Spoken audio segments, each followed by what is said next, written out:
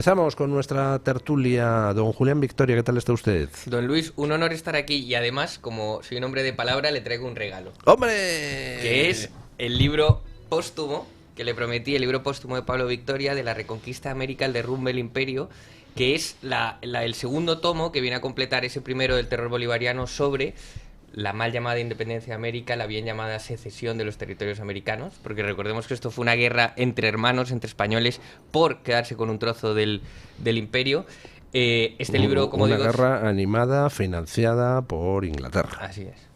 Pues me lo voy a leer con Entonces, muchísima se atención. lo traigo. Este es el libro póstumo que presentamos en el Casino de Madrid y el primero, el terror bolivariano, que va los primeros destellos de independencia o de rebelión hasta el desembarco de Pablo Morillo, que es el intento de España de recuperar o pacificar a los territorios americanos. Este segundo tomo parte de ese desembarco hasta la pérdida definitiva del imperio. Pues me lo leeré con muchísima atención y le convocaré, pero ya no a tertulias, sino Un a honor. hablar Muchas gracias, don Luis. a fondo de este libro.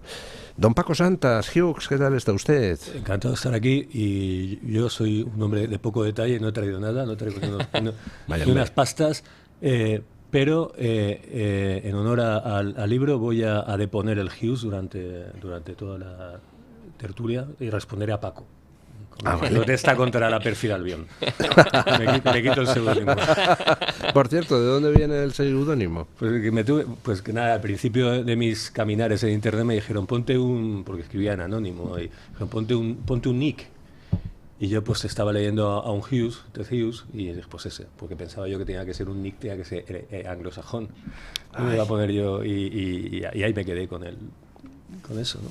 Bueno, ayer pues saltó una noticia que en realidad no era noticia, porque ya lo sabíamos. Sabíamos que la fontanera del PSOE, Leire Díez, había intentado comprar a dos fiscales, al fiscal Estampa y al fiscal Grinda, ofreciéndoles prebendas, como por ejemplo pues destinos bien pagados en el extranjero, a cambio de que proporcionaran información comprometedora sobre la UCO y sobre la Fiscalía Anticorrupción para desactivar las causas judiciales contra el PSOE, y también pidiéndoles que cerraran algunos casos que molestaban a los socios de Sánchez, por ejemplo, el caso Pujol. Esos fiscales pusieron en conocimiento de sus superiores esas visitas de Leire Díez hace ya meses, y todo esto ya se sabía, pero ayer salieron los detalles de las denuncias concretas que los fiscales mandaron a sus superiores sobre ese intento de soborno, que es delictivo. Y en los detalles pues aparece alguna cosa interesante, como por ejemplo que el empresario Pérez Dolcet, que acompañaba a Leire Díez en sus reuniones, pues comentó cómo Pedro Sánchez, cuando había saltado el caso Begoña Gómez, había dado orden de limpiar la fiscalía, costara lo que costase. Bueno, esos detalles pues proporcionan novedad a lo que no era noticia, y son detalles inquietantes en el sentido de que vienen a corroborar que Sánchez y la cúpula del PSOE, o la cúpula del PSOE y Sánchez, pues pusieron en marcha a sus cloacas para intentar reconducir una situación que se les estaba yendo de las manos. Lo que pasa es que las cloacas que pusieron a operar pues tampoco estaban dirigidas por la persona más inteligente del mundo. Me refiero a Leire Díez, ¿no? A mí esto, al contrario de otras informaciones que han estado saliendo durante meses y que han ocupado la actualidad, ya me parece esto ya más sustancial y afecta claramente al PSOE, a la organización del PSOE, a la actuación del partido, para moverse de manera informal entre los poderes en lo que no controlan, porque el alcance que tiene la Fiscalía es grande, pero estas acciones de untar, de seducir, de ofrecer, pues ya revelan una relación entre el hecho delictivo y el partido. porque esta mujer era inequívocamente la fontanera, formaba parte del organigrama del partido. Entonces, sí, eso en las noticias he querido hacer hincapié en esa parte porque es verdad que en España abunda ese personaje que es el brujuleador que va por todas partes presumiendo en falso de que conoce a no sé quién y conoce a no sé cuántos y tratando de pegar palos económicos en nombre de alguien a quien en realidad no conoce y con el que nunca ha hablado, ¿no? El pequeño Nicolás de turno, ¿no? El pequeño Nicolás de turno. Y de hecho a Leire Díez, pues al principio desde el PSOE dijeron, esta es una pequeña Nicolasa y tal, pero no, aquí hablamos de una señora a la que el PSOE colocó en el Consejo de Administración de una empresa privada antes de darle una serie de concesiones, a quien después colocó en Correos, sí, a quien después pasó a otro puesto en Correos, donde además tenía cierta relación con el tema de voto por correo, y a la que además metieron en la Empresa Nacional del Uranio, es decir, era una señora del PSOE. No, totalmente, y aparte es curioso porque ella en su inicio político, lo que le vale saltar de categoría es en un municipio asturiano, creo recordar, y ella consigue un incremento en el voto a través del voto por correo. Tiene un especial talento en la cuestión, ¿no?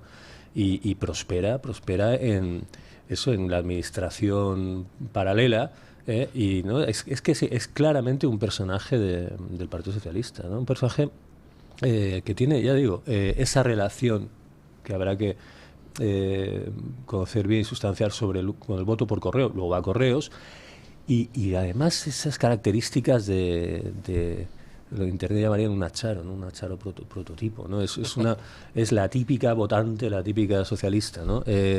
Y es verdad que no tiene, junto al resto de personajes que son de un machismo, estas cosas graciosas de Coldo, ya los que llaman a las mujeres loca 1, loca 2, loca de Asturias, ¿no? O aldamas y toda esta gente que están en ese mundo de lo paracloacal, de lo paraempresarial. Pues bueno, esta mujer es harina de otro costal, pero es claramente del Partido Socialista, ¿no? Y yo creo que ahí sí que ya empieza a haber una relación para que se pueda hablar en algún momento de una corrupción del partido, y en el momento en que, tocado el partido, bueno, este fue el origen de la alternancia política en España, ¿no? Que el PP pudiera aparecer en una sentencia mencionado, ¿no? Entonces, sí, aquí yo creo que ya hay, bueno, en todo hay, pero a esto le auguro yo resultados, ¿no? Además, yo creo que es una buena noticia que existe un partido como Vox. ¿Por qué digo esto? Porque teniendo en cuenta que el Partido Popular no está legitimado para hablar de corrupción ni acusar de corrupción a nadie, que Vox exista y que además se haya personado y sea parte en todas las causas que existen contra el PSOE. Hace 2 días anunció la última, que es que se querella contra el PSOE por financiación ilegal y blanqueo de capitales. Creo que es una excelente noticia que haya un partido que existe legitimado y limpio de corrupción que pueda acusar al bipartidismo tradicional de estas mañas, ¿no? Yo creo que al final, si Dios quiere, veremos el PSOE cambiarle el nombre al partido y llamarlo Pesoto del Real, ¿no? Porque Pesoto del Real. Pesoto del Real, van a acabar todos ahí. Pesoto juega la Juve. Pesoto del Real se presenta a las no elecciones. Pues ojalá Dios quiera nos bendiga con esa buena noticia. Bueno, dependerá de si los jueces se ponen a fondo con la tarea, y también dependerá de lo que hagan las fuerzas y cuerpos de seguridad en sus investigaciones. Pero vamos, en este caso concreto, ya teniendo el testimonio escrito de 2 fiscales a los que el juez ya ha llamado a declarar como testigos, pues la verdad es que lo tiene un poco crudo Leire Díez. Porque es que ha dejado demasiados rastros, o sea, es un poco como Pepe Gotera y Otilio. Resulta que con el empresario Alejandro Hamlin se reúnen para ver si les daba información contra la UCO y contra la Fiscalía Anticorrupción, y Alejandro Hamlin, que era amigo de Aldama, coge y le graba la reunión y se publica. Resulta que se reúne con un comandante de la Guardia Civil imputado en la trama de Aldama y demás, y el comandante también la graba, y también se difunde las imágenes de la reunión. Vamos, que no sé, bueno, teniendo en cuenta que Sánchez solo se rodea de fieles, pues al final cuando haces eso no te rodeas de gente competente, ¿no? Pero es que esta es particularmente incompetente.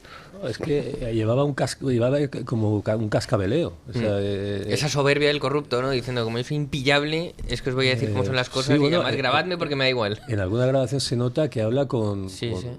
como quien tiene todo el poder, ¿no? y controla las consecuencias, pero es verdad que es llamativa la incompetencia y la falta de sigilo, ¿no? Sí, supongo que ya viven en una impunidad, pero llamativo. Y es verdad que el mundo que rodea a Pedro... Es que Pedro Sánchez se ha creado, dentro del partido, ha creado un partido para él mismo. Y luego, igual que los medios, ¿no?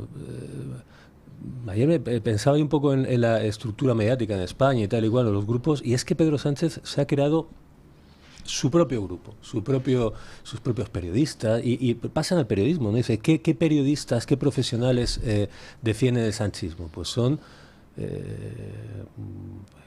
lamento decirlo, lo peor de lo peor. Son personas de una ínfima categoría,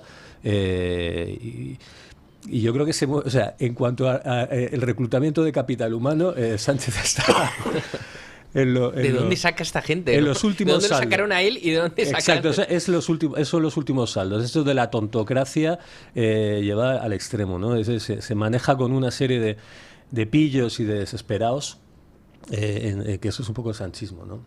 Pero ahí está. Que tengamos en cuenta una cosa. Pedro Sánchez el otro día en televisión reconoció que él había cobrado dinero en efectivo de esas supuestas dietas que paga el PSOE a los cargos. Si la querella de Vox va para adelante, hay una caja B del PSOE y hay blanqueamiento de capitales. Hoy el país trata de explicar la contabilidad, ¿no? Todo contra factura, todo contra documento, todo como explicando el circuito de libranza de los pagos, de justificación. Hombre, vamos a ver. No me imagino la torsión del periodista explicando eso. Aquí quiere, bueno, pues son expertos, ¿no? Pero van un poco por ahí, ¿no? O sea, hay un sistema de pagos, se pagaba siempre contra el documento. Bueno, ¿qué van a decir, no? Sí, si la pregunta es el ingreso, no es el pago. Sí, aquí está mi factura del restaurante, me pagan en efectivo, pero ese efectivo, ¿de dónde sale? Hay una noticia muy curiosa hoy. Uno de las personas que están en que tienen en común con Leire el itinerario profesional es Moreno, Miguel o Manuel Moreno, que es un hombre que pusieron al frente de esta entidad relacionada con la energía atómica, ¿no? EUNSA se llamaba, me parece. Y cuentan que se encargó de las cuentas del PSOE y subió de un año para otro los ingresos de una manera enorme, ¿no? 10 millones de euros o algo así, y no se debían a donaciones, sino que tenía que ver con una mejora en la gestión. Pero resulta llamativo, ¿no? Relacionado con la economía de datos. Bueno, ¿cómo de un año para otro y en tiempos de COVID pegan ese salto en los ingresos, ¿no? Bueno, supongo que una vez que se ponen a fiscalizar las cuentas del PSOE, ahí puede haber realmente mucho, ¿no? Es una mina. Las cuentas del PSOE. Las cuentas y los manejos internos, pero yo no creo que se llegue El saqueo del PSOE, quiere usted decir. Saqueo. Sí, bueno, claro, y dentro de Ferraz, ¿no? La operativa dentro de Ferraz, que es eso en lo que ya estamos, que eso es por eso muy interesante, ¿no? Que ya estamos en cómo funcionaba el circuito interno dentro del partido, ¿no? El saqueo no hace falta más que salir a la calle. No es de extrañar que Sánchez se quiera rodear también de bandidos y rufianes, ¿no? ¿Han escuchado ustedes las palabras de ayer de la... Es que decir que esta señora es vicepresidenta se me hace nudo. Hay gobierno de corrupción para rato. Vamos a escuchar a Yolanda Díaz. Popular, usted que está tan preocupada por la corrupción, y señora García, queda gobierno de corrupción para rato. Sigan así, que no llegarán de corrupción para rato. Sigan así. Fíjense ustedes que dice, queda gobierno de corrupción para rato. No sé qué era lo que pretendía decir. Tengo dudas. A lo mejor pretendía decir, queda gobierno de progreso, pero realmente le salió lo que verdaderamente es, el gobierno de corrupción. Además, se produce la algarabía en todos los escaños de la oposición. Ja, fíjate lo que ha dicho. Y entonces se queda así desconcertada e insiste, de corrupción para rato. O sea, el cerebro no le va a la velocidad suficiente como para procesar la tontería O que a lo acaba mejor de lo único decir, que ¿no? tiene honesto es el cerebro y está pidiendo ayuda, ¿no? Sí. También me queda la duda de si lo hace aposta para que se hable de ella, ¿no? Que también es una posibilidad. No creo que le dé para tanto, Luis. No tiene pinta de Vale, estratega. venga, me ha convencido usted, me ha convencido usted. Bueno, Pero- es una mujer que vive en el lapsus, es decir, normalmente se puede decir, Vive. pero es un lapsus detrás de otro, es decir, Lapsus fijo discontinuo incluso, ¿no? sí, es un lapsus fijo descontinuo. El otro día también dijo, no sé qué, bueno, puede pasar a cualquiera, ¿no? Pero dijo también, no sé con motivo de qué, profesó, ¿no? Le profesó... Sí, el castigo que Donald Trump pretende profesar a España. Dices, sí, o sea, cada vez que habla señora. sube... Bueno, realmente es que es así, cada vez que habla sube Sube el todo. pan, Sube. está claro, es literal. Sube todo. Bueno, entonces usted no cree que sea aposta. Es imposible que sea aposta. O sea, este es el riesgo, don Luis, de cuando te escriben todo y sales un día sin papel. Que es que no puedes hablar de nada, no puedes articular 4 palabras seguidas. Y entonces su subconsciente le ha dicho, oye, es verdad, estamos tapando corrupción, tú dijiste que te ibas a ir, que la corrupción era una línea roja, que no iba, insoportable, que dijo que no ibas a dejar pasar al PSOE, ahora sí, ¿y ahora qué vas a decir? Que dijo que la corrupción era una línea Dijo roja la- insoportable, esa que estuvo minuto y medio aplaudiendo a Ábalos de pie en el hemiciclo, Esa misma. ¿no? Ah, está Esa bien. misma. Para La ella que es- saludaba de besito a Santos Cerdán. Bueno, también para Rufián y RC la financiación ilegal del partido es una línea roja inaceptable, ¿no? Que es como si Al Capone dice, no, desde luego, si usted se dedica a traficar con whisky, eso para mí es una línea roja inaceptable. Me estaría haciendo la competencia, hombre. De todos modos, yo siempre, al fin y al cabo, siempre diciéndome lo mismo y dando la lata con esto. El efecto de todas estas cosas en los votantes del Partido Socialista, yo creo que es mínimo. Y luego, además, el descubrimiento o el esclarecimiento. ¿Usted cree que es mínimo el efecto de los escándalos de corrupción sobre el votante socialista? Yo creo que sí, sobre el votante con el que ellos cuentan. Ellos cuentan con un juego de alianzas y de abierta traición y de subversión, más allá ya del frente. Es un frente popular globalista, ¿no? Es decir, vamos ya despendolados hacia otra cosa. Estas cosas lo único que hacen es dejarles expedita y abierta esa vía, ninguna otra más. Entonces animan y más corrupción y mayores, digamos, reafirman la política del Partido Socialista. Con lo cual, por un lado, dice, bueno, pues parece que se avanza esta guerra interna dentro del Estado, entre parte del ala judicial contra la corrupción del gobierno, pero por otro, esto deja claro que el único camino que tienen es la autoamnistía y leña al mono institucional, ¿no? Y yo creo que es por donde van a ir. Por eso yo, a veces te ríes y tal, y te celebras, pero realmente estas cosas refuerzan el PSOE, el actual estado de cosas del PSOE. Y además es que si nos damos cuenta, por cada voto que pierde lo gana con los inmigrantes ilegales que regulariza. Si planean regularizar 1 millón de inmigrantes dentro de poco, 1 millón de inmigrantes ilegales quieren subvertir artificialmente el censo electoral. Bueno, lo han hecho Quieren ya. importar un montón de gente para que les siga votando. Lo han hecho ya, está en 2 millones y pico de personas en los últimos años y es reconocido y se ha visto hace poco en esas jornadas que hubo en Londres. Pedro Sánchez es ahora mismo el niño bonito del globalismo, pero tal cual.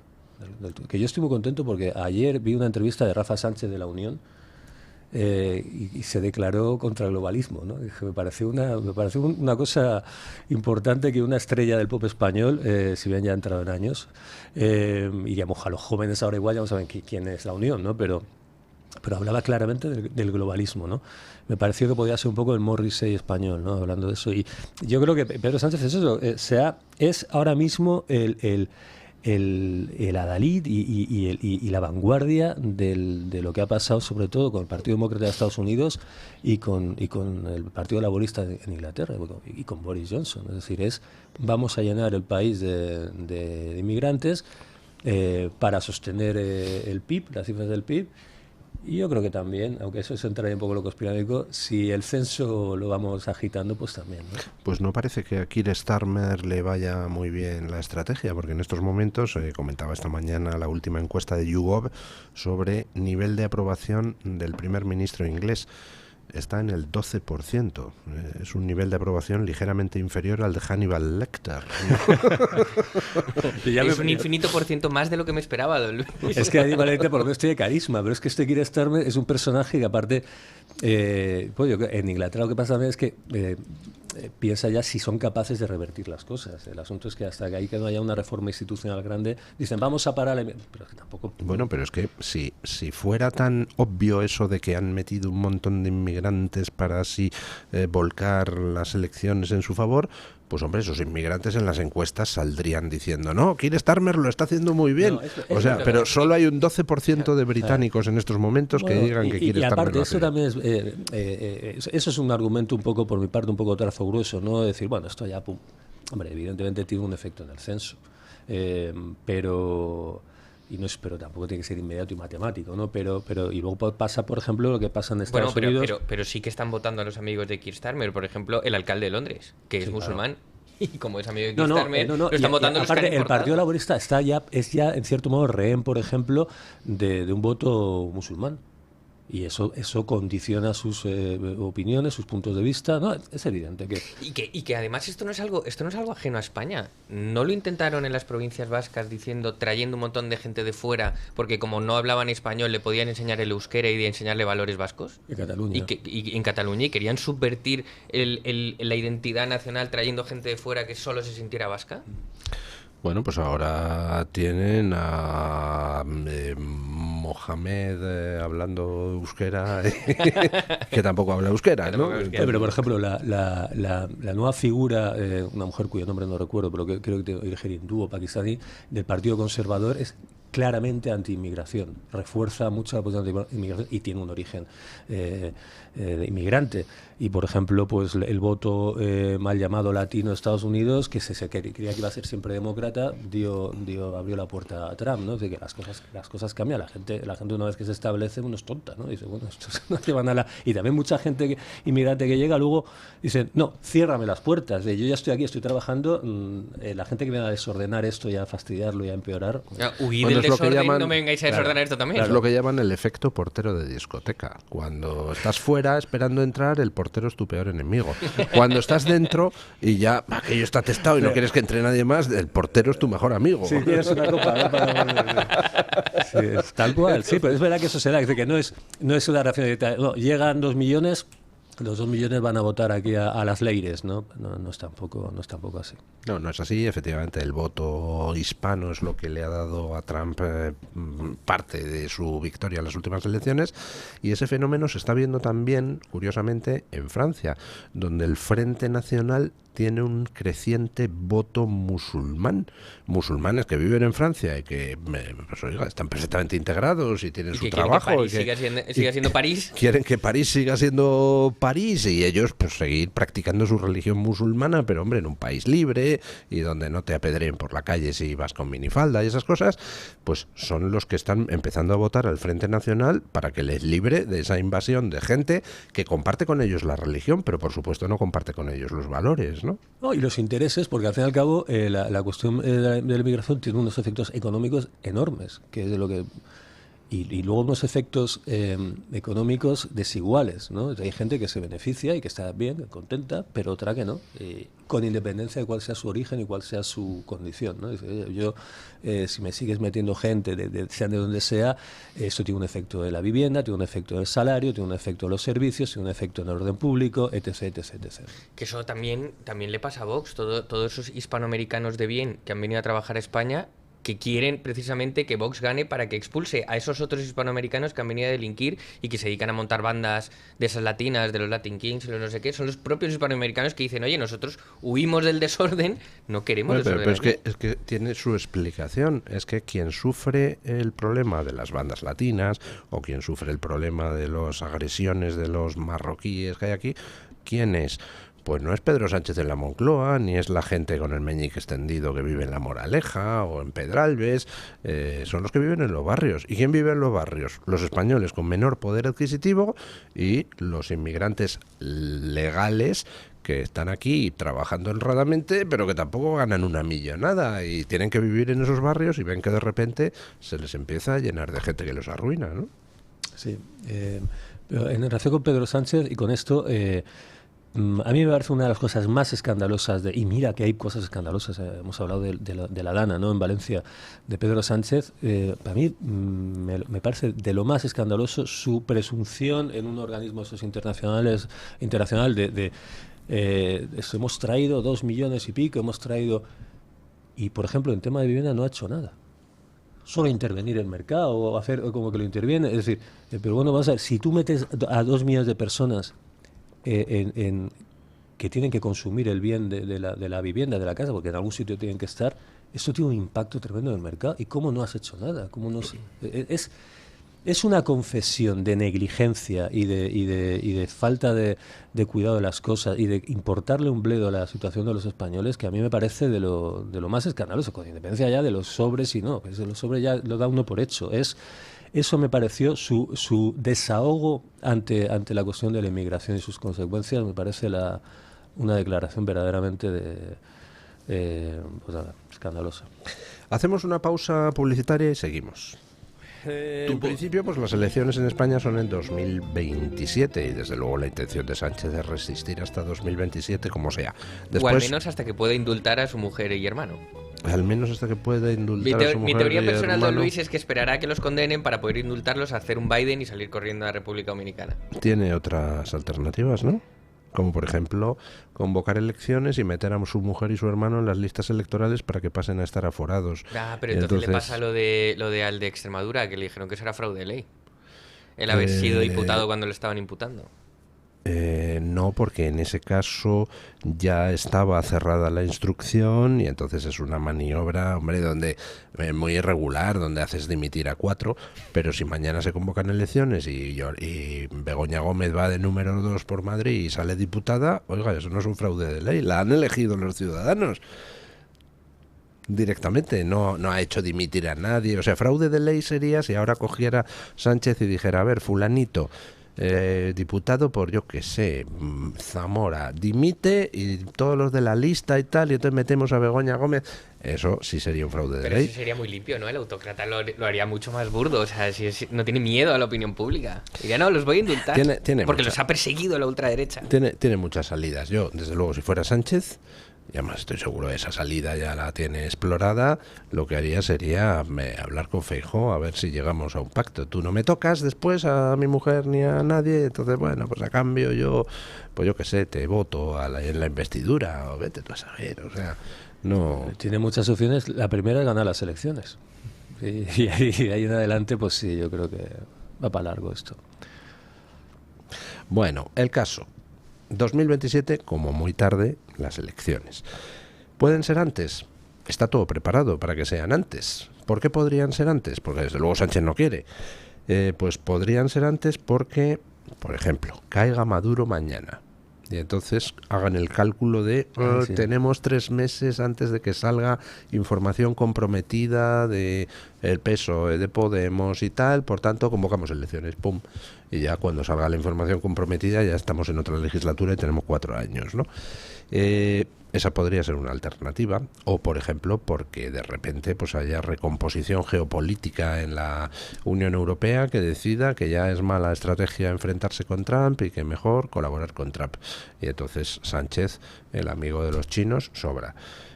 Pueden pasar muchas cosas, o por ejemplo porque mañana salga un informe de la UJO con una grabación de Sánchez diciendo que hay que rapiñar con todo. Bueno, pues evidentemente iríamos a elecciones porque sería la única manera en que Sánchez podría tratar de legitimarse o protegerse. Hay muchas razones por las que podríamos ir a elecciones adelantadas y está todo preparado, ¿no? Ya tienen licitado todo, hasta la papelería electoral. ¿Ya está la ley de correos preparada o no? Yo creo que sí, yo creo que ya tienen ahí las escuadrillas en correos. Pero bueno, en principio hasta 2027 aguantamos. Pero como no saben si van a tener que convocar, ya están empezando a mover fichas por todas partes y además están un poco histéricos. Y ahora mismo pues están intentando sacar en el País Vasco como Vox está ascendiendo en las encuestas, pues al cabezahuevo de turno, al Romerales de turno, se le ha ocurrido, oye, ¿y si hacemos en el País Vasco lo mismo que en Cataluña de Alianza Nacional Catalana con la Silvia Orriols y tal? Hacemos un partido separatista vasco muy vasco, pero anti-inmigración, para que así no se vaya voto del separatismo hacia Vox, que es lo que está pasando, ¿no? Sí,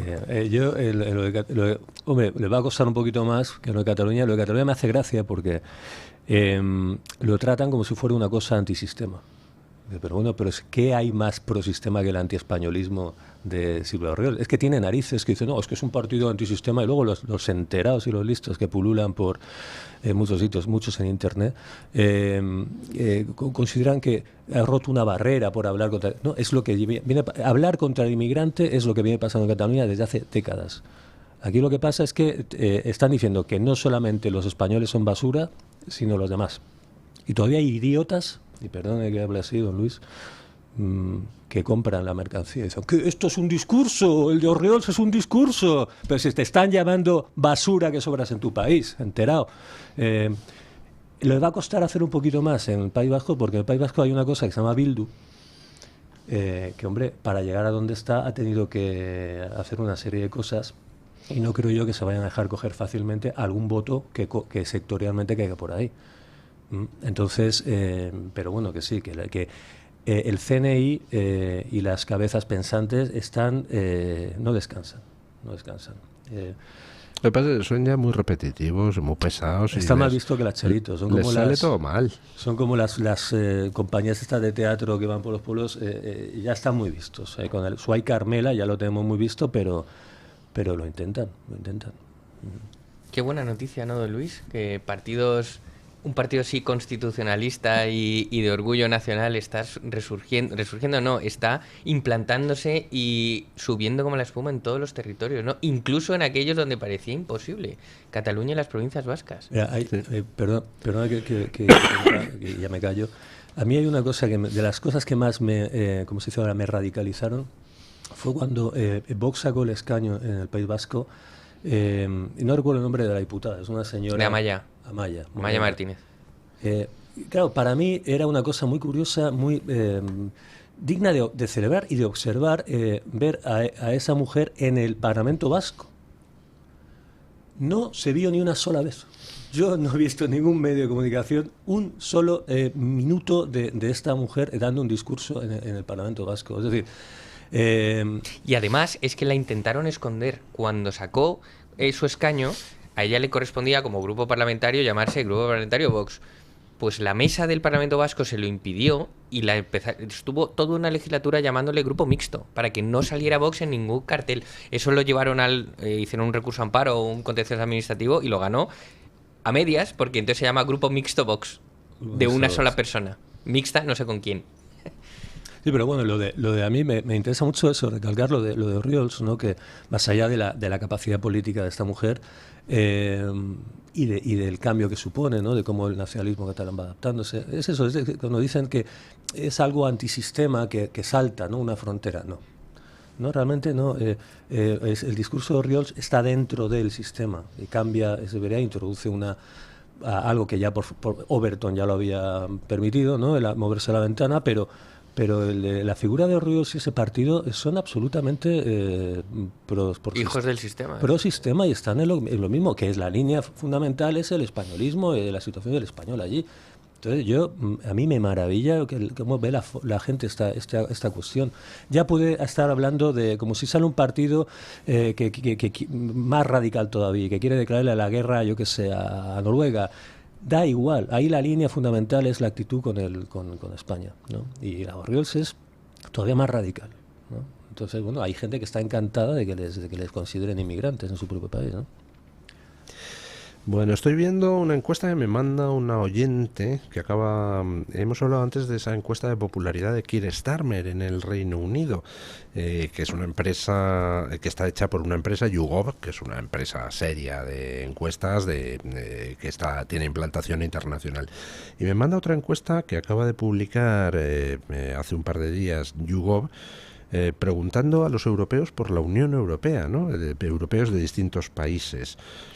y la verdad es que los resultados son demoledores. En Francia, ante la pregunta, ¿cree usted que la Unión Europea va en la buena dirección?, 54% de los franceses cree que va en la dirección incorrecta. Solo un 18% cree que va en la buena dirección la Unión Europea. En Italia es un 50% el que cree que va en la dirección incorrecta y solo un 22% los que creen que va en la dirección correcta. En Polonia es un poquito más, 36% los que creen que la dirección es correcta. En Holanda el 37%, en España el 38%. Solamente en países como Dinamarca o Lituania hay una mayoría de gente que cree que la Unión Europea va en la dirección correcta. Pero es que le preguntan a la gente de los distintos países, ¿cree usted que su país está mejor dentro o fuera de la Unión Europea? Y resulta que la gran mayoría de los franceses creen que no está muy bien dentro de la Unión Europea. Solo un 21% cree que les beneficia la pertenencia a la Unión Europea. Italianos un 30%, alemanes un 45%. Rumanos, españoles, polacos, un poquito más del 50%. Pero vamos, que está entrando la idea de la Unión Europea en crisis en toda la Unión Europea. Me pregunto por qué, ¿no? Yo recuerdo cuando yo estudiaba en la Facultad de Economía y nos explicaban como un absoluto dogma la convergencia europea, ¿no? Se supone que íbamos a converger en unos años y íbamos a alcanzar el nivel de Alemania. Esto se ha demostrado un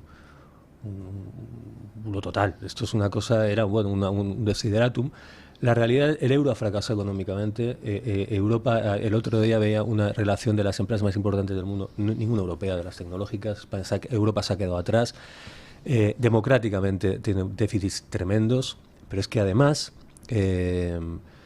hasta el espacio Schengen, que era lo bueno que podía tener, está empezando a debilitarse, pero es que políticamente va hacia una mayor subordinación a Estados Unidos y hacia la guerra. Declarativamente, los líderes europeos nos llevan a la guerra con Rusia. Entonces, realmente lo mires por donde mires, salvo los Erasmus que liguen mucho, yo no entiendo muy bien. Claro, es que ya prácticamente, y los países con un desarrollo, yo creo, opinativo y periodístico distinto, pues la cosa ya empieza a ser mayoritaria. Aquí estamos un poquito rezagados. Claro, don Luis, es que, esa encuesta, ¿por qué la gente empieza a desconfiar de la Unión Europea? ¿Por qué se empieza a implantar en el imaginario colectivo que la Unión Europea ha sido un fracaso? Hombre, porque la Unión Europea lleva décadas gobernando en contra de los intereses de sus propios pueblos. Sí, que es alucinante. Lleva años, lleva décadas implantando directivas europeas que solo nos arruinan nuestro campo, nuestra industria, nuestro sector industrial, a cambio de importarlo de fuera. Entonces, coches diésel ya no, es decir, la industria alemana de coches destruida. Y ahora eléctrico. ¿Y quién produce los eléctricos? China. Ya no se manufacturan chips aquí porque el litio, porque no sé cuánto. Entonces, ¿de dónde viene? De fuera. Toda nuestra gente yéndose, trayendo inmigración, sustituyéndonos y además destruyendo nuestro campo y nuestra industria. Yo me imagino a Ursula von der Leyen que sale por Bruselas, como la escena está del Joker, que está toda la ciudad incendiada y él está riéndose. Y es que me lo imagino así, diciendo, he conseguido destruir la Unión Europea. ¿Hacia dónde vamos? Y hablando de encuestas, don Luis, acabo de ver una encuesta del Reino Unido para el Parlamento. Reform UK, el partido de Nigel Farage, 445 escaños. Los laboristas, 73. O sea, la barrida es absoluta. Claro, es que allí con el sistema de circunscripción uninominal, como le saques 15 puntos de ventaja a tu oponente, te haces con prácticamente todos los escaños, ¿no? Luis, es que hablemos de una cosa. La Unión Europea, hablando de esto de destruir nuestro sector, nuestra industria, la Unión Europea entonces un día dijo que la energía nuclear tenía que estar prohibida porque era altamente contaminante y había que destruirla. Obligaron a los países a destruir sus centrales energéticas nucleares, para después, cuando empieza la guerra entre Rusia y Ucrania y entonces somos dependientes del gas ruso, declaran la energía nuclear verde y ahora sí se puede producir. ¿Y las 7 que hemos volado? ¿Y las que cerró Alemania? ¿Y me estáis vacilando? ¿Y dónde está? O sea, Me habéis dicho que esto era contaminante y ahora que lo necesitamos, ahora sí lo puedo hacer después de que me habéis obligado a volarlas. A eso me refiero, que gobiernan en contra de los intereses de sus propios pueblos. Sí, bueno, es que no hay nada democrático en la Unión Europea y aparte todos estos planes en aplicación estricta de la agenda globalista, la 2030, son de un dirigismo económico soviético. Las famosas palabras de Bukovsky, que venía de una Unión Soviética y dijo lo de que la Unión Europea es el germen de algo sovietizante, ¿no? Y altamente burocrático. El comentario de don Luis está muy bien, a mi parecer, porque la reacción política en los países anglosajones, que es posible, que Trump ha ganado 2 veces, vemos que la ventaja en las encuestas de Nigel Farage se traduce en un dominio aplastante, se traduciría en un dominio aplastante en el Parlamento. Eso es posible por el sistema electoral que tienen, ¿no? La circunscripción nominal, el sistema mayoritario o el presidencialismo de Estados Unidos. En lo que tiene Europa, además de la Unión Europea, que es esa férula institucional, son unos sistemas electorales y políticos que vienen de la posguerra y que hacen muy difícil la reacción. Vemos en Francia, por ejemplo, que es otro que podría hacerlo y que tiene que hacer, pero también la segunda vuelta establece ahí luego la entente contra Le Pen, y bueno, que vamos a hablar de España y su consenso, ¿no? Es decir, los anglosajones estamos cerca, pero estamos muy lejos, porque nosotros no tenemos esa capacidad de reacción, ¿no? Bueno, yo abro línea de debate. Esto es una opinión personal, pero siempre he dicho que en España... espere, me remango. Que en España no hay separación de poderes, no ya por lo que estamos viendo del asalto sistemático de los partidos, del bipartidismo a las instituciones, que se reparten los jueces, la televisión pública, tal. No, me refiero a una cosa en origen. Y es que si las elecciones son legislativas, se vota al Congreso y el Congreso es el que elige al presidente, y luego los partidos políticos eligen a los jueces, ¿dónde está la separación de poderes? Si el presidente es un diputado que emana del Congreso, que emana de una lista electoral, y es el propio Congreso el que pone al presidente, no hay separación de poderes en España. Montesquieu no existe en España. Sí la hay, lo que pasa es que eso de la separación de poderes no es binario, no existe, sino que hay más o menos grados. Efectivamente, un sistema presidencial, como puede ser el de Francia o el de Estados Unidos, la separación es más clara entre ejecutivo y legislativo. Y el Parlamento sí es un órgano de control respecto al Poder Ejecutivo. Pero aquí, en esto se supone... controla el Parlamento. Se supone que el Parlamento debería controlar al presidente. Lo que pasa es que aquí ha ido degenerando el Parlamento y al final se ha convertido en una especie de apéndice donde el presidente dice, a ver, tú vas en las listas, tú no vas en las listas. Y a partir de ese momento podríamos quitar a los diputados y decir, a ver, Sánchez tiene tantos votos, Feijóo tantos, y que se peleen entre ellos, ¿no? Pues bueno, lo que pasa es que, claro, el Parlamento debería ser, sí, formalmente, pero el Parlamento está dominado por el PSOE. Está dominado por el que encabeza la lista del Partido Socialista, por el Partido Gobierno, y tiene a los escaños del Gobierno dentro del Parlamento, de color azul. No, yo creo, no soy nadie yo, pero no hay separación de poderes. Pero es que además hay una crisis adicional, porque podría no haber separación de poderes, pero haber una cierta higiene institucional y moral, pero es que supongo que una cosa provoca la otra, ¿no? Hay una degeneración tremenda y es muchas veces lo que la gente que cree todavía en la validez de la Constitución dice esto de, falta lealtad institucional, pero como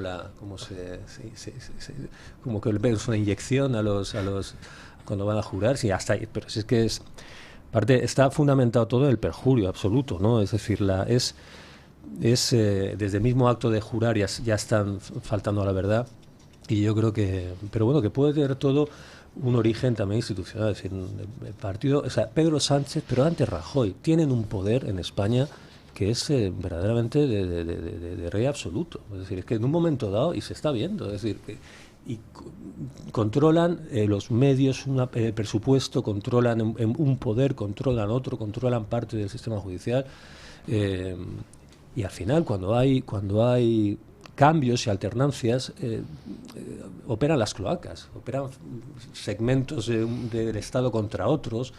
Yo creo que habría mucho que cambiar. Es que, por ejemplo, la Comunidad de Madrid, el PP de la señora Ayuso controla el Parlamento porque tiene mayoría, pero es que también controla porque designa a los miembros del Consejo de Transparencia, donde tiene mayoría.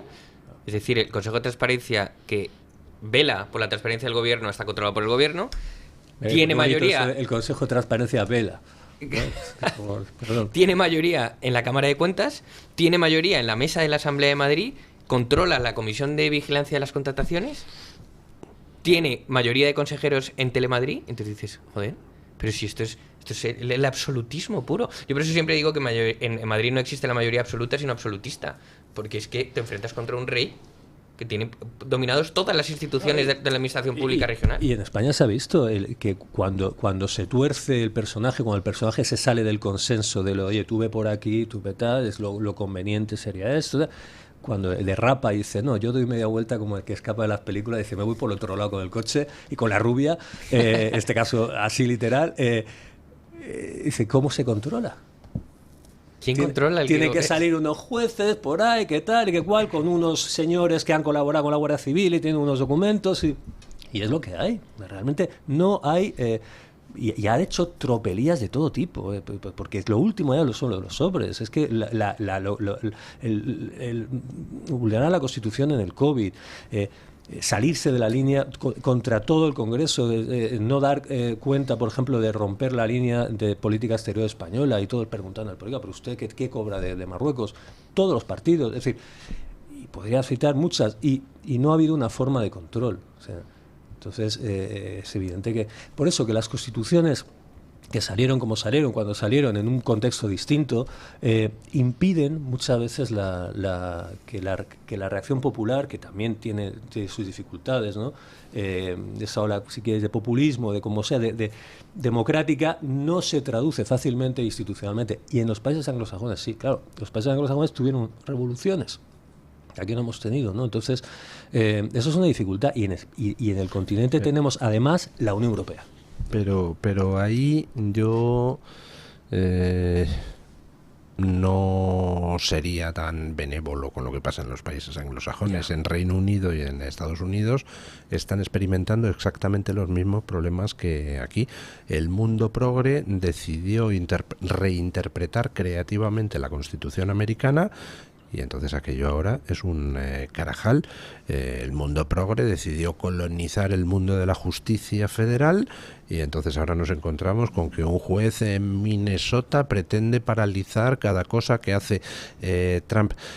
Yo creo que el problema es más profundo. Sí. Da igual la constitución que tú pongas. Si no existe un amplísimo consenso entre la sociedad en que dirimir las diferencias en unas elecciones es lo que permite ver qué es lo mejor en cada momento para el país, es decir, cuando no hay un amplísimo consenso en que el sistema democrático debe respetarse, da igual lo que pongas en la Constitución, porque siempre va a haber una parte o las dos partes que van a decir, me da igual lo que ponga en la Constitución, aquí de lo que se trata es de tener el poder, a tomar por saco. Totalmente, yo no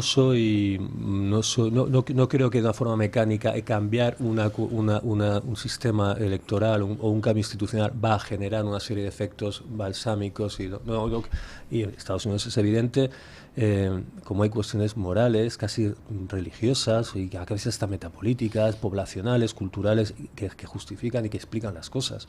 Pero que simplemente comento que cuando hablamos de Francia o de Inglaterra, de estos países, que parece que nos separa algo más que el Canal de la Mancha, es decir, o que el océano con Estados Unidos, es decir, otra cosa es que yo no me cambio, o sea, yo creo que los países anglosajones están muy mal, pero es decir, la reacción política cuando ves esa mayoría de Farage, ¿no?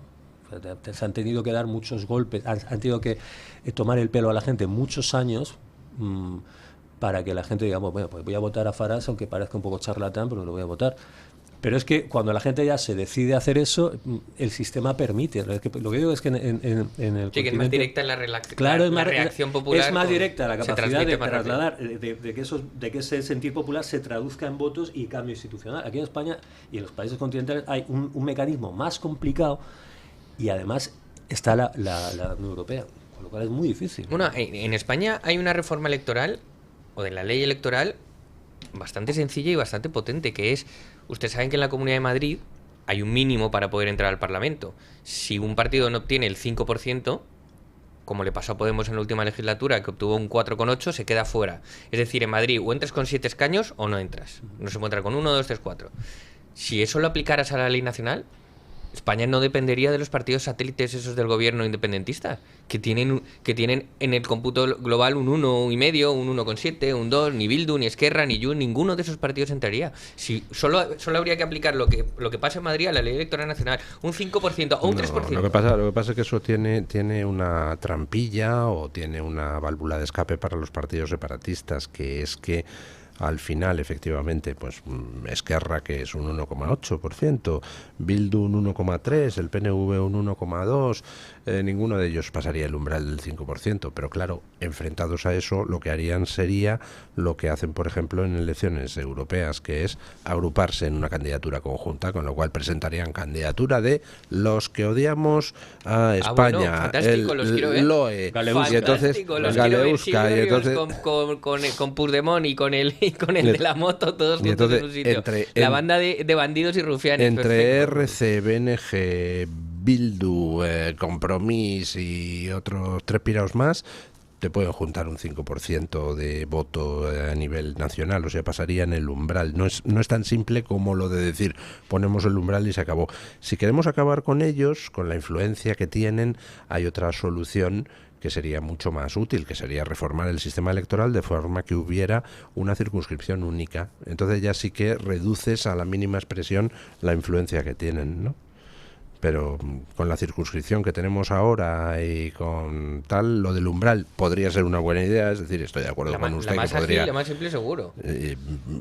Hombre, a lo mejor se podría solventar un poco y por lo menos les obligas a hablar entre ellos, a RC Bildu y tal, que tendrían que hablar en español, que les fastidia mucho, ¿no? Y en vez de todos presionarme a mí, se presionan entre ustedes. Anda que no iban pactando de recibir. Anda que no iban a hablar en español ahí en esas comitivas, ¿eh? Y acordemos de los pactos de Perpiñán y tal, ha habido mucho pacto. O sea, yo creo que no les costaría, es más, quitarían voto a la izquierda. Yo creo que a mucha gente le encantaría votar un partido así, que no tenía problema para entenderse, por otro lado, porque en lo sustancial, que es el antiespañolismo, pues están ahí. Y eso es lo que mueve todo, no dejemos de tonterías. Bueno, ¿les parece que hagamos una breve pausa publicitaria y nos vamos a hablar de jetas del mundo? Porque ayer salió a la palestra un jeta estratosférico. Pausa publicitaria y a ello. Bueno, ya saben ustedes que cuando un barco se hunde, las ratas son las primeras en abandonarlo, ¿no? Y yo deduzco que a Maduro le quedan 2 telediarios en Venezuela, porque Borrell ha salido a criticar a Maduro y esas cosas. Borrell pertenece a ese grupo de personas que, en fin, olfatean por dónde viene el aire del cambio. Ayer salí a decir que Maduro pues es lo peor de lo peor, un dictador sanguinario, y hoy veo en The Objective que ha hecho unas declaraciones donde dice que no le ha gustado nada el modo en el que Zapatero ha actuado en Venezuela. Y esto lo dice el tío que en noviembre de 2024 decía que para nada entraba en los planes de la Unión Europea reconocer a Edmundo González como presidente electo de Venezuela.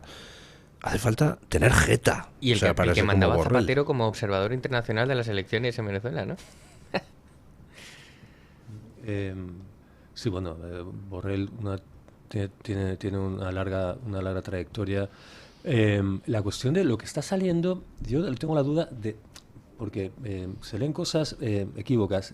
Lo que están cantando ya sobre la cuestión de PDVSA y la corrupción en Venezuela, se supone que eso ya ha sido cantado, es decir, que las declaraciones ya se han realizado. ¿Se refiere usted al Pollo Carvajal? Pollo Carvajal. Que está en Estados Unidos detenido y que dice que quiere colaborar con la Fiscalía. O sea, mi duda es, ¿cantó el Pollo Carvajal o no? ¿Cantuvo el Pollo Carvajal o no? Bueno, yo creo que es un poco lo de algunas de las cosas que dice Aldama, que las dice, pero claro, si eso no va acompañado de demostración documental, pues como el que tiene un tío en Alcalá, ¿no? Que ni tiene tío ni tiene nada. Claro, es que por ahí, hombre, lo que pasa es que, a ver, no tiene que ser difícil encontrar algún tipo de evidencia de lo que tenían organizado.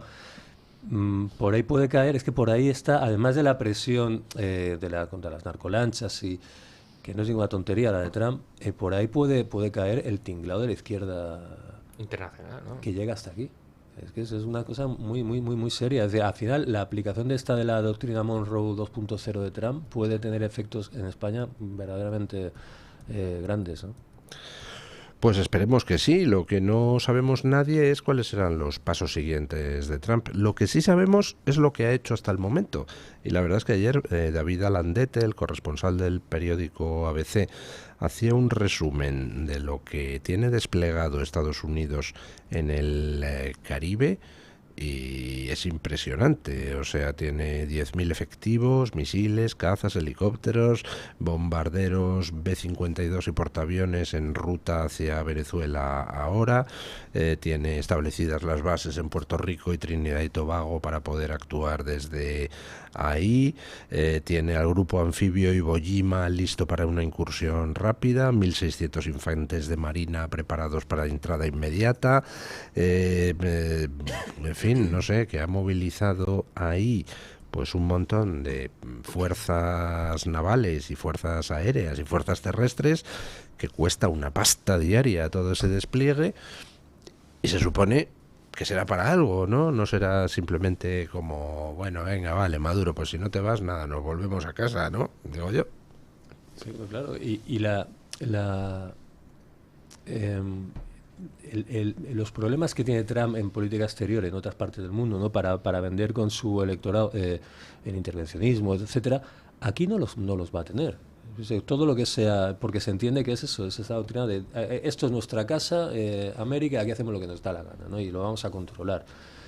Entonces, yo creo que van a ir completamente. Bueno, lo están haciendo, por ejemplo, en Argentina a través de la cuestión monetaria, financiera, ¿no? Es decir, oye, China fuera de aquí, ¿no? Queremos estar nosotros, vamos a financiar. Y bueno, y aviso, si Milei no gana las próximas elecciones, vendrá un castigo sobre Argentina. Claro, entonces está claro que Venezuela va a cambiar, o sea, no va a permitir que se mantenga la situación. Y va a presionar. Yo creo que Trump, lo último porque claro que es Mr. Peace, no quiere que haya un tiro, pero evidentemente la presión está ahí y Maduro va a caer. Bueno, vamos a hablar un poquito de la cumbre de Trump y Putin, pero antes permítanme un recordatorio. Hace un año la Dana golpeó con fuerza a cientos de familias en Valencia. Promesas, ayudas, compromisos, y sin embargo muchos siguen viviendo entre el silencio y el olvido. El Toro Televisión viaja hasta Valencia para contar lo que otros ya no cuentan, la realidad de quienes lo perdieron todo y siguen esperando justicia. El próximo 28 de octubre acompáñenos en un programa especial en directo donde juntos denunciaremos el abandono y daremos voz a los que fueron olvidados. Y al terminar, pues pueden unirse ustedes a una cena que tendremos, donde estaremos don Julio Ariza, don José Javier Esparza y yo mismo, y donde, bueno, pues podrá compartir su experiencia, contar su caso o denunciar su situación. Queremos escucharle. Reserve su plaza ya escaneando el código QR que aparece en pantalla, o bien llamando al 91-616-2464, 91-616-2464, o escribiendo a clubdeamigos@clubdeamigos.org. 28 de octubre en Valencia. Bueno, ayer malas noticias del frente ucraniano. Putin dice que tururú, y que no acepta el alto el fuego que ha propuesto Donald Trump. Con lo cual, pues quedan en suspenso las negociaciones de paz en Ucrania.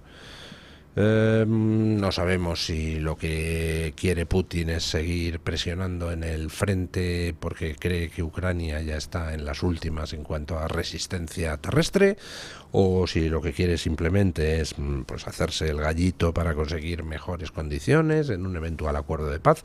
No tenemos ni idea, pero por lo pronto hoy se iban a reunir Putin y Trump. Previamente había una reunión preparatoria de Marco Rubio y Lavrov, el ministro de Asuntos Exteriores ruso. Previamente a eso había una llamada telefónica entre Marco Rubio y Lavrov, y la cosa no ha pasado de llamada telefónica. En la llamada telefónica se constató que Rusia dice que no está dispuesta a un alto el fuego inmediato y duradero, con lo cual se ha cancelado la reunión preparatoria y por supuesto también se ha cancelado la reunión de Putin con Trump. Y a partir de ahora, pues imagino que a Trump no le queda otro remedio que incrementar la presión económica sobre Rusia, ¿no? Yo, de aquí, don Luis, decir que la audiencia se entere que las tropas rusas están financiadas con dinero español. ¿Cómo? ¿Cómo es eso, Julián? ¿Cómo que con dinero español? Hombre, claro, si volamos nuestras centrales nucleares y somos dependientes del gas ruso y España se va ingentes toneladas de dinero a comprar gas ruso, España está financiando la guerra del lado ruso. Eso es así, hemos comprado a Putin gas ruso por un valor 6 veces superior al montante total de la ayuda que hemos dado a Ucrania. Ah, muy bien. O sea que mientras mandamos 4 tanques Leopard y 2 valijas de medicinas, le damos 6 veces el importe a Rusia en gas. Perfecto, entonces, con total razón digo que el lado ruso, la guerra ucraniana, pero del lado ruso, que se supone que es el contrario al nuestro, está financiado con dinero español, con dinero que sale del bolsillo de todos los españoles. Así es. Bueno, ¿son ustedes optimistas, pesimistas? Yo soy optimista por un motivo, porque bueno, estos dimes y diretes ya forman parte de la negociación, en el sentido de que ya se dibuja, ya se habla de algo concreto, ¿no? Ya se, por ejemplo, pues unos repartos territoriales, ¿no? Tú me darías algo en Kharkov, yo te tendría que dar lo de Donetsk. Claro, lo que quiere Rusia es que hay cosas que no ha conquistado y que quieren que se les den, ¿no? Es complicado, ¿no? para vender eso, pero en ese proceso están. Y por otro lado está claro cuál es aquello que desea Rusia, que es lo que ellos llaman las condiciones del conflicto, ¿no? Profunda del conflicto, que es eso, bueno, pues la pérdida total de soberanía de Ucrania para decidir. Y yo creo que hay una especie de límite temporal que al principio del año que viene, creo, tenían que renegociar un tratado de proliferación nuclear, me parece, Estados Unidos y Rusia, no me acuerdo muy bien. Entonces se hablaba de que, bueno, que probablemente eso aceleraría las negociaciones para poder meterse en ese segundo capítulo de las relaciones entre Rusia y Estados Unidos y sería algo triunfal para Trump, ¿no? Que podrían avanzar, ¿no? En sus relaciones con Rusia. Yo creo que soy optimista en el sentido de que parece ser que claro, todo esto también tiene un enorme riesgo porque se habla de los Tomahawk, ¿no? Si Estados Unidos le da los Tomahawk como quieren muchos a Ucrania, bueno, aquí se va a liar porque los Tomahawk puedes poner la ojiva nuclear y entonces ya los otros. Parece ser que Trump nunca va a estirar hasta ese punto, ¿no? Entonces por eso yo me fío del sentido común de Trump, que muchos dirán, pues vaya, y de que ya se habla de algo. Ya poco a poco, en la forma que tiene de hablar de Trump, que confunde mucho, dice una cosa, la mañana otra, pero ya se van fijando una serie de cuestiones sobre el terreno y una serie de cuestiones de soberanía, ¿no? Entonces yo por ahí sí que creo que hay avances. Sí, yo coincido con usted y evidentemente pues este tipo de negociaciones nunca son fáciles, no se toca el pito y dice venga, hombre, sentaos y ya está. Si para fichar un futbolista se tiran 2 equipos, se tiran 7 meses o un verano entero, pues para imagínense la Unión Europea con su burocracia. Lo que sí que es cierto, a mí lo que me fascina de la cuestión es la situación de Europa. Que no te la explicas y mismamente pues Europa es como aparece ahí como no, yo quiero formar parte aquí. Bueno, pero es que Europa no, es que ya tuviste la oportunidad durante 3 años, no pinta nada, y dentro de Europa Sánchez, ¿no? Que va, pues, nada de nada, ¿no? Entonces pues bueno, claro, y alargar esta situación prolonga el deterioro europeo, ¿no? Entonces, pues bueno, es una situación. A Europa luego no le conviene alargarlo, ¿no? Porque aparte hay una situación de conflicto, de peligro real, ¿no? Fíjate que los Tomahawk, claro, se dice con una facilidad, ¿no? Que traigan los Tomahawk, hombre, pero ¿sabes lo que es eso? Como empiecen con. Entonces yo creo que yo me muestro optimista por eso, porque si tú echas 2 meses atrás la vista atrás, ves que no se hablaba de estas cosas, ¿no? Y ya se empieza a hablar, ¿no? Bueno, pues esperemos a ver qué sucede. Tenemos el frente de Gaza, pues parece que encarrilado. Hubo miedo este fin de semana a que el proceso de paz se viniera abajo después de un ataque palestino contra Israel con una granada anticarro que mató a 2 soldados israelíes, pero ayer Hamás entregaba los cadáveres de 2 nuevos rehenes asesinados durante el cautiverio, lo cual muestra que al menos una parte de la cúpula de Hamás quiere que el proceso de paz continúe, aunque pueda haber otros grupos, subgrupos de Hamás o enfrentados a Hamás que quieren que continúe la guerra. Eso lo ha encarrilado Trump. Lo de Venezuela, pues vemos que Trump está poco a poco incrementando la presión militar para tratar de provocar la caída de Maduro desde dentro del régimen. Y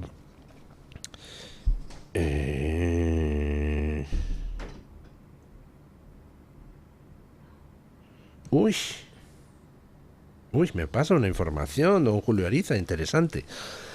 Dice, ojo, este dato que podría estar relacionado con la ruptura de negociaciones por parte de Rusia.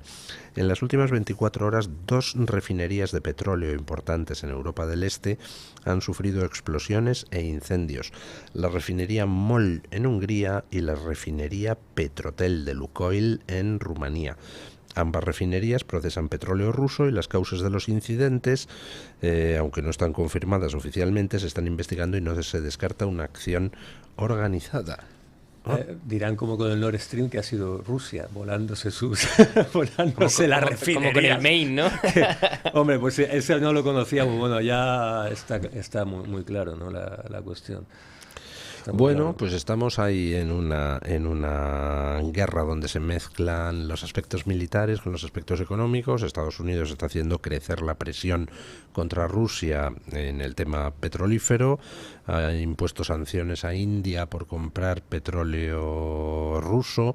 India está empezando, las empresas indias, a diversificar sus fuentes de adquisición de hidrocarburos y ya están empezando a comprar de otros orígenes. Y bueno, a Europa, ya saben ustedes, a Europa ha tocado el silbato Trump, ha dicho, 1, incremento de gasto militar, 2, dejar de comprar hidrocarburos rusos, y Europa ha dicho amén. Luego lo intentan vender a la opinión pública como hay que rearmarse porque la guerra, que leche la guerra, hay que rearmarse porque lo ha ordenado Trump, a tomar por saco. O sea que... Pero todo tiene un sentido, es decir, como en una parte del mundo Estados Unidos está reforzando, atornillando, expulsando a quien no le interesa y marcando unas nuevas coordenadas, una nueva pauta, ¿no? Y están siendo los aranceles. Hemos pasado de los misiles y de la injerencia de los tiempos neocones en Irak y tal igual a otro tipo que son los aranceles, la presión económica seria, actos terroristas o de explosiones aisladas, lo de pues, tráfico con el petróleo, ¿no? El Nord Stream, estas cosas que habrá que ver. Es decir, que bueno, esto ya os explica uno el paso atrás de Putin, ¿no? Dice, ¿qué pasa? Pues esto ha pasado. Lo repensamos todo, ¿no? Bueno, yo la verdad es que soy optimista a pesar de todo. Creo que se alcanzará la paz. Yo también. Todas las guerras terminan. O sea que... Hombre, ya, pero todas ¿cuándo? terminan. Porque tenemos la guerra de los 30 años, la guerra de los 100 años, en Europa. Todas tienen un límite temporal. Bueno, Europa va a acabar como sea la de los 30 años, imagínate cómo acaba Europa. No, que acabe rápido. Bueno, esperemos a ver qué demonios sucede. Y con Venezuela, pues 3/4 de lo mismo. Nos encantaría que todo se resolviera ya. Parece que está a punto de resolverse, pero bueno, pasan los días y pues uno se pone nervioso y desasosegado. Pero cuando eso les suceda, consuélense. Maduro está mucho más nervioso y desasosegado a medida que van pasando los días. Una última cosa que comentar, que me ha llamado la atención esta mañana, la noticia de La Gaceta, de que en Alemania ha saltado el escándalo de que el gobierno de Merz, es decir, el Partido Popular de allí, financia manuales de entrenamiento antifascista. Vamos, manuales por los que esos que aparecen encapuchados a montar el follón por las calles de Europa, pues aprenden a cómo montar el follón, cómo utilizar herramientas de defensa, cómo pues organizar lo que llaman jornadas de cristales rotos, hay que ver el nombre, que básicamente consiste en vandalizar los escaparates y todo. O sea, un gobierno, se supone que conservador, financiando los manuales de entrenamiento de esas guerrillas que se dedican a sembrar el caos en las calles alemanas. Está muy bien, ¿no? Bueno, hay que recordar que aquí, en los tiempos de 2017 del Prusés, se daban cursos de resistencia activa con financiación pública en Cataluña para instruir sobre cómo plantarle cara a la policía sin parecer agresivo. Bueno, esto es la institucionalización de la ideología antifa, ¿no? Antifascista, que no es lo mismo que ser contrario al fascismo, ¿no? Igual que el antirracismo no es lo mismo que no ser racista. Y es una más, ¿no? Yo supongo que la situación de Nemer es probablemente sea la demostración más clara de la debilidad europea, ¿no? La situación alemana, ¿no? Yo creo que la demostración palmaria de que algo tiene que cambiar en Europa, porque la debilidad de lo que era su motor y del país que dominaba el desarrollo europeo y que explicaba su desarrollo institucional, pues esto está claramente va claramente a la deriva, ¿no? Yo, si me permiten, Alemania me pilla un poco lejos, pero les voy a hablar de algo que está pasando en la Comunidad de Madrid con los libros de texto. Resulta que en libros de sexto de primaria, de matemáticas... En Madrid, en la Comunidad de Madrid, es decir, saben que la educación está delegada a las comunidades autónomas, la Comunidad de Madrid tiene la competencia en educación. En los libros de texto de sexto de primaria de matemáticas, había una operación matemática para un niño que vimos en el libro de texto que decía: si estoy fabricando una bandera LGTBI y la bandera mide 5 metros y cada metro de tela vale 2 euros, ¿cuánto ha costado mi bandera? ¿Perdón? En el libro de matemáticas. En el libro de matemáticas de un colegio de la Comunidad de Madrid.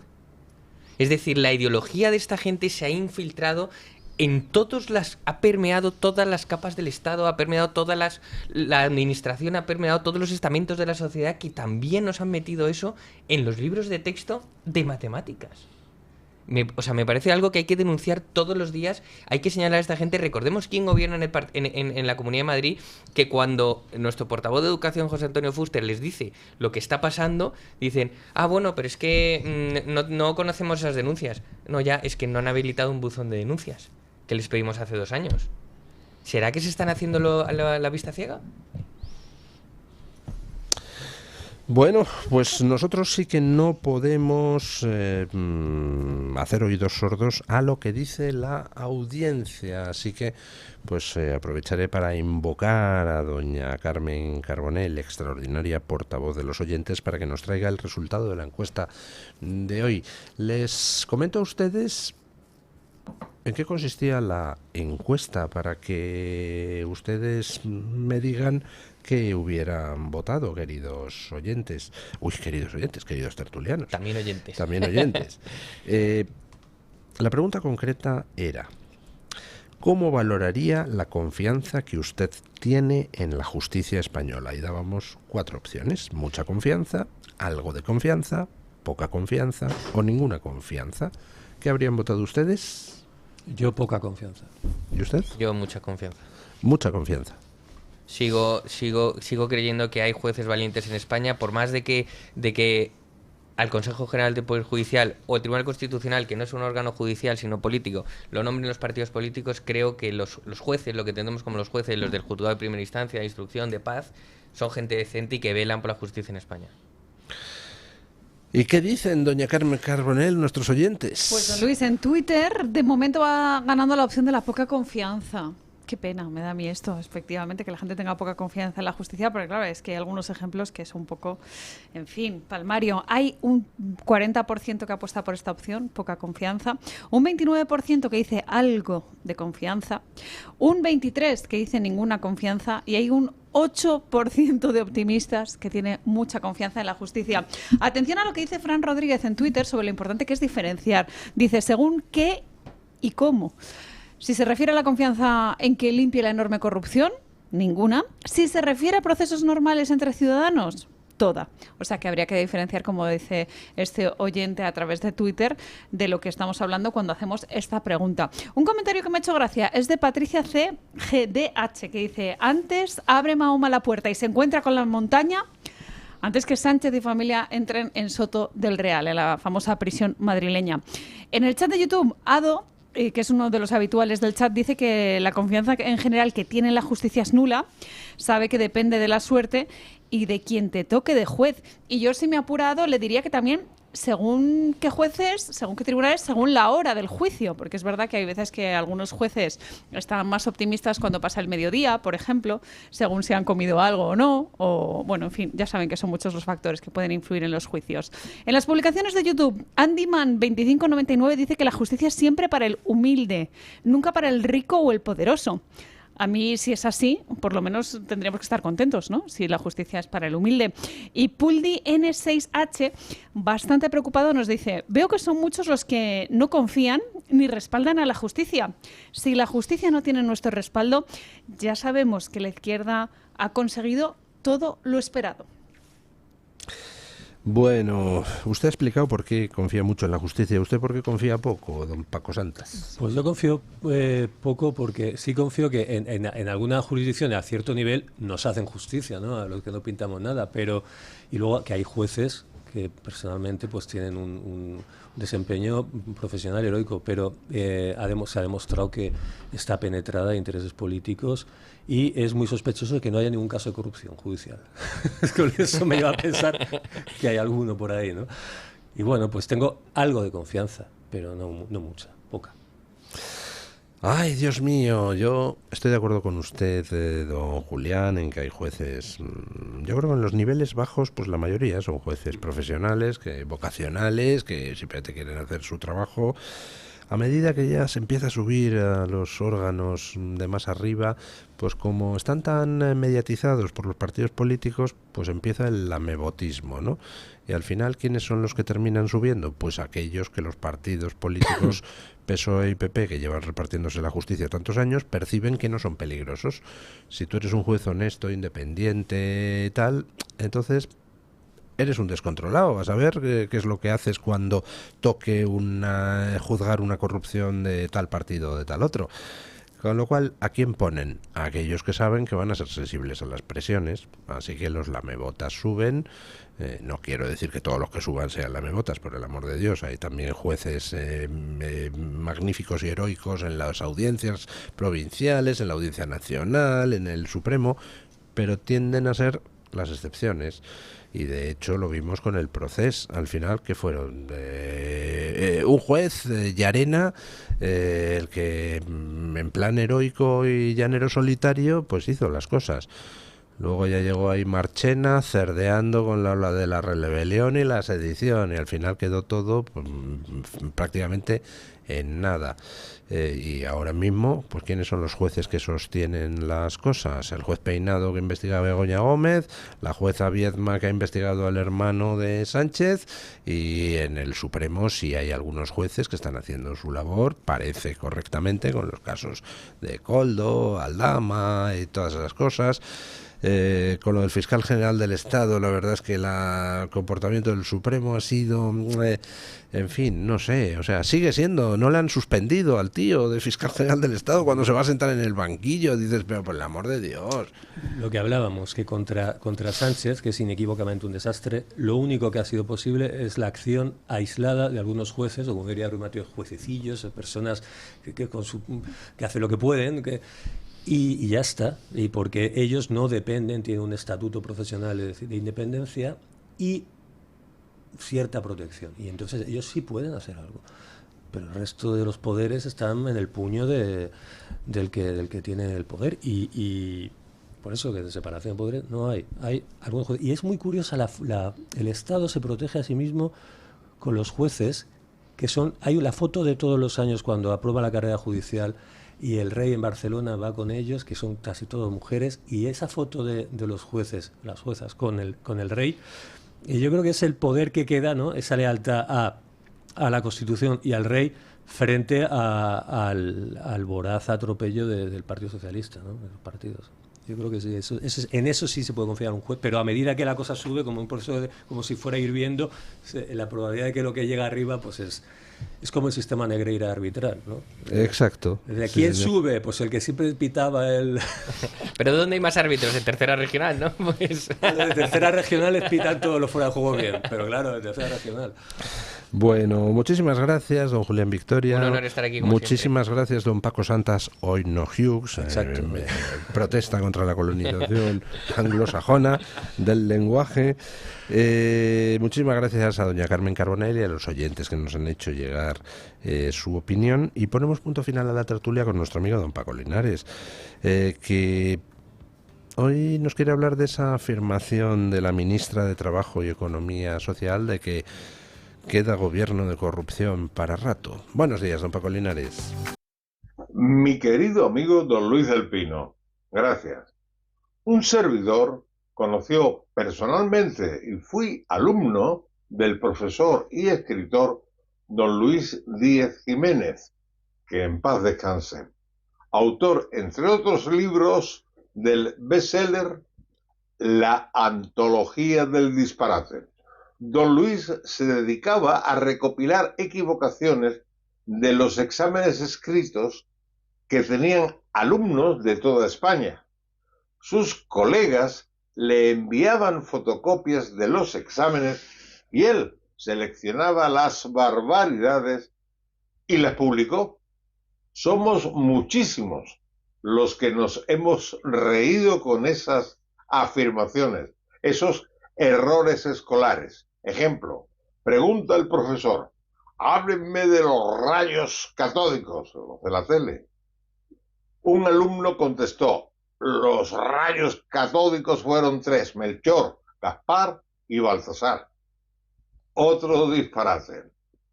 Pregunta el profesor, ¿qué significa la frase que decían los gladiadores antes del combate?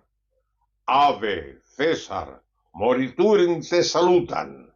Traducción real, la real. Salve César, los que van a morir te saludan.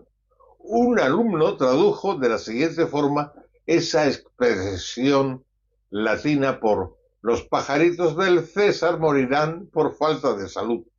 Y así cientos de equivocaciones que de vez en cuando releo porque se me olvidan y me siguen haciendo reír.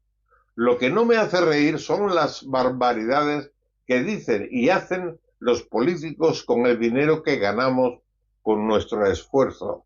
Por ejemplo, quitarle el nombre de la calle de los últimos de Filipinas por aquello de la memoria histórica, o el lapsus de Yolanda Díaz confirmando en el Senado que ella está muy contenta de estar en un gobierno corrupto para rato.